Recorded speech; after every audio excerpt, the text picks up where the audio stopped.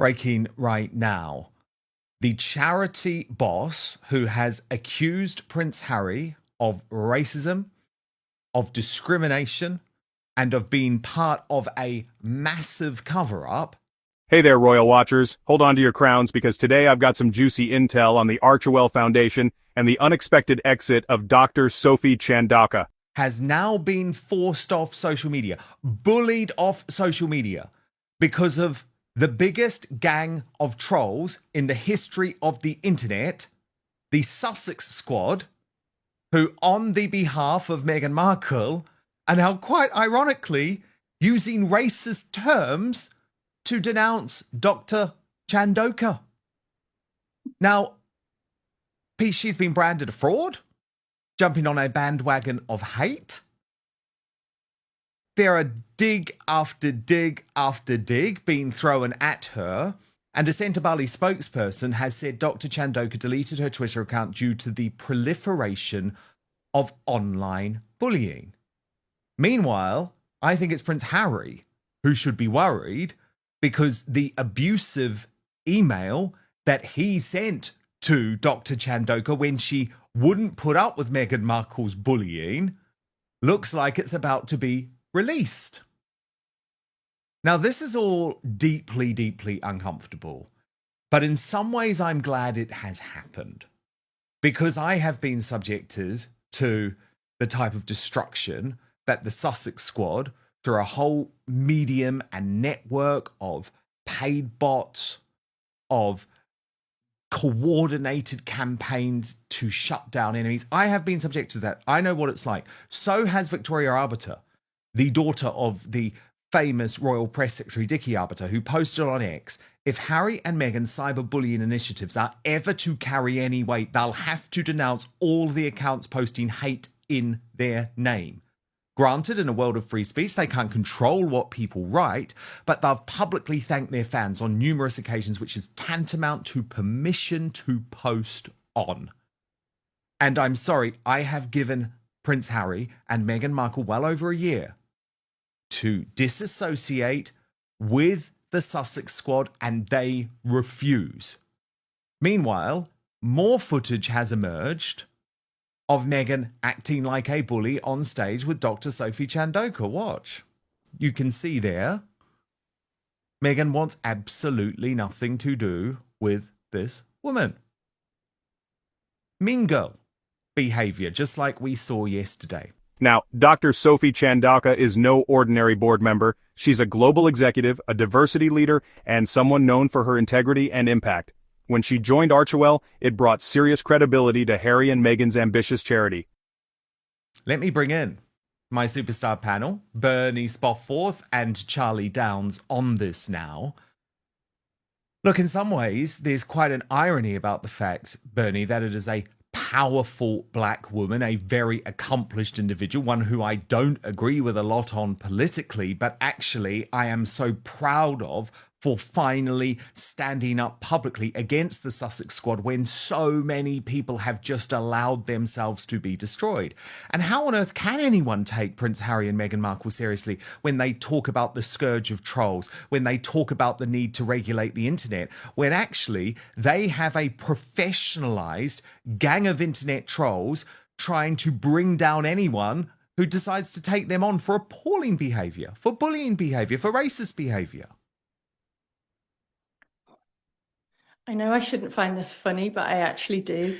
Sorry. Because it's just so beautiful, isn't it? Because so ironic. Because it's just the woke eating the even woker. Because yes, right, the troll farms that go after anybody are despicable, and we've seen that a huge amount. Anybody who disagrees with anything that the left say on any of the progressive narrative are completely destroyed. And I know you're not going to like this, Dan, but I think Harry might have a point. And his point is that this charity he set up in his mother's name was to look after the orphans of AIDS victims and children who have AIDS, right? That was the Yes. original concept. And I know it's spread out slightly, but that was the concept. And we saw him playing football with kids where he was at his happiest before he met Sparkle and his life went woke. But that was what he wanted to do, a traditional type of charity. What's happened in the last 2 years is that the woman they've brought in is a massive activist, and far less money has been spent on the children, and a huge amount of money has been spent on costs and activism, including climate change. So the money that's coming in, I think last year they pulled in, their revenue was 3.4 million, including £1 million from Harry's fictional spare. They put in 3.4 million, but they spent 3.7 million and have accomplished nothing with the children, but they did spend £175,000 on a party funded by themselves, inviting lots of American Democrats. I mean, if you're going to, and that's the problem with modern day charities, and I think that's the problem that perhaps Harry had with how the charity was running, was that it wasn't doing things on the ground. It had become an activist organization, and that was his discussion with her. She, of course, is hugely woke and attacked it in a way that obviously they would. And then the Sussex Squad, which is a vile operation of trolls, I know you've experienced it, have all come in to attack her. It's just they will always eat themselves. But the thing is, main crux of this. But that isn't why. I mean, I completely agree, by the way, with your criticism of what these charity organizations have become. They are not charities, they are activists. I completely agree. Yeah. The interesting thing, though, Charlie, is that isn't actually why Prince Harry had the problem. Because that's what all of his charities do. You know, hilariously, this is the guy who travels around in private jets, but then has a charity business operation called Travelist, which is all about stopping us mere mortals using air transportation. So the guy is just like a massive hypocrite. So, when she stepped down, it didn't just raise eyebrows, it set off alarm bells. What's really going on behind the scenes? Archewell was launched with a bold mission to change lives, backed by powerful messaging and an A-list advisory board. What actually this came down to is that there was a powerful woman of colour who wasn't prepared to march to the beat of Meghan Markle's drum, who wasn't prepared to be bullied by Meghan Markle, who wasn't prepared to allow Meghan Markle to humiliate her on this stage during...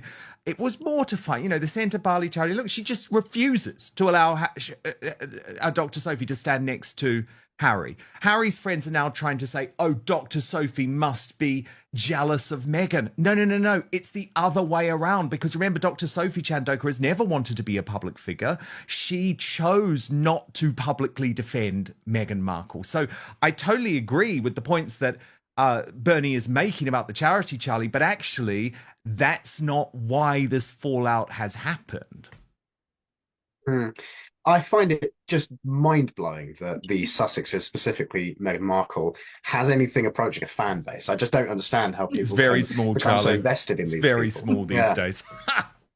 Well, indeed, and probably also astroturfed as well. But it just, you know, the idea that somebody could get excited about and go to bat for somebody like Markle just blows my mind. I think that Markle is at once I don't like talking about her because I think that attention is exactly what she wants. But on the other hand, I found her a fascinating object of study because she is one of these figures that comes around every now and then who embodies some certain elements of the zeitgeist that we're living in, because she is at once this kind of, glitzy Hollywood, bourgeois actress, is also this incredibly narcissistic, vindictive, nasty, by all accounts, person who steps over people, who destroys people, who attacks people, who get in her way.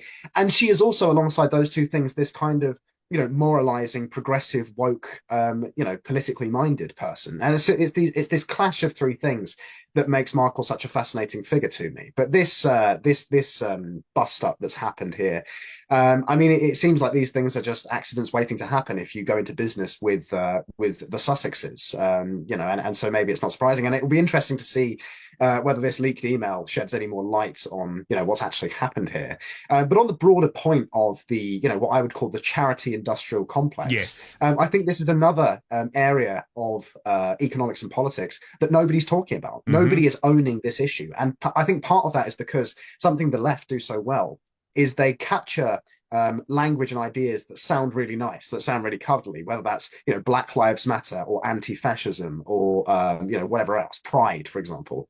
These are all things that sound kind of good on the surface of them, but actually conceal they conceal ulterior motives, which are always, the destruction of beauty and the destruction of morality and the destruction of standards and identity. And this is the big issue that Prince Harry has, though, right? Because we've even seen his allies this week, like Hindi Andrews, who is the hard left race baiter intellectual, who appeared on their Netflix series. And he's now turned on Harry, saying, oh, no, of course this guy, he's from the British royal family. Of course he's all about a white colonial narrative. And this is what's fascinating. I want to show you, by the way, two very different reactions from both sides of the political spectrum. And I think that equally hilarious. But recently, it seems like the foundation is all smoke and mirrors. Tax filings reveal shockingly low donations and questionable spending. The leadership team is shrinking, and Dr. Chandauka's departure has only added fuel to the fire. I just love that. But then on the other hand, right, you have Dr. Scholar, who I actually describe as the biggest race baiter in Britain, now put in the hilarious position where, because of her sort of almost, I would argue, unquestioning support of Harry and Meghan, is now having to find a way to turn on Dr. Sophie Chandauka, the type of black woman on the left who she would usually support. Defended. Now, this entire framing is a tad intellectually disingenuous to me. Because how is a public statement of Prince Harry and Princess an example of bullying and harassment at a scale when you, Sophie, put this out in the public domain first? Yeah, your report against the Board of Trustees at the Charity Commission is in the public domain. Your lawsuit against the Board of Trustees at the High Court is in the public domain. How else are Prince Harry and Princess meant to respond to your public actions? Except by responding with a public statement. Can you see that? I think you may have other examples, so dig deep, because this right here isn't it. Fascinating the way Sophie uses words like my country director, my executive director. Because I'm thinking, girl, you're the chair. We all know the role of a chair, do you?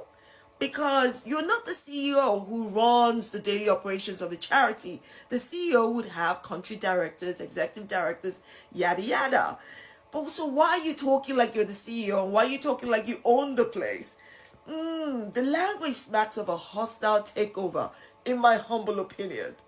Bernie, I find this so beautiful, right? In a very similar way that you were before, because how hilarious that we have the ultimate class warrior, Dr. Scholar, now backing the prince, backing the privileged prince who has had every advantage of the colonialism that she claims to despise. It's just wonderful. I just don't even know. I don't even know where to start, because actually she is completely right. But that means she's supporting the prince, and she hates the prince because of all his colonial past. She must be in a terrible situation. Daniel, you should definitely send her some wine. Insiders are now spilling the tea, suggesting Sophie left due to strategic misalignment and transparency concerns. Translation? She might have seen something she didn't like and decided to get out. Yes, she's not coping, is she, Charlie? No. Although neither was Julia Hartley-Brewer.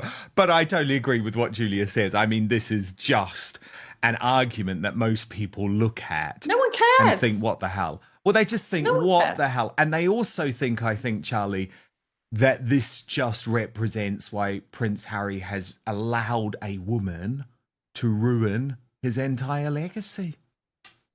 Yeah, I mean, you're doing pretty well if you're upsetting and annoying Julia Hartley-Brewer and Dr. Scholar. I mean, that's actually quite an achievement, maybe commendable.